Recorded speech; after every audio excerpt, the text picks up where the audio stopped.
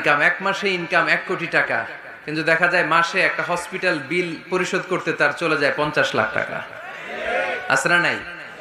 ওয়াইফের ক্যান্সার, যার নেই কোনো অ্যান্সার, ছেলে ইয়াবা খায়, ওরে দেয়া লাগে 20 লাখ। বাড়ি ভাড়া, খাওয়া দাওয়া ইত্যাদি খরচ শেষে দেখা যায় মাস শেষে আরো 20 লাখ ঋণের মধ্যে পড়ে আছে। আছে না নাই? কিন্তু মাসে ইনকাম ছিল কত? 1 কোটি। কিন্তু মাস শেষে দেখা যায় 20 লক্ষ টাকা ঋণের বোঝায় চাপা পড়ে আছে। আর রিক্সাওয়ালা, ওর বেতন নাই, যা পারে ইনকাম করে প্রতিদিন। মাসে অন এন এভারেজ তার ইনকাম 5,000। কয় হাজার? 1,000 চলে যায় ওর যে ছুপড়ির বেড়া, ওই বাড়ির ভাড়া দিতে। 1,000 চলে যায় ওর খাওয়া, 1,000 চলে যায় চিকিৎসা, 1,000 চলে যায় ছেলেমেয়েদের পড়াশোনা, আনুষঙ্গিক আরো 500, মাস শেষে আরো থেকে যায় 500। সুবহানাল্লাহ কইতে পারলেন না?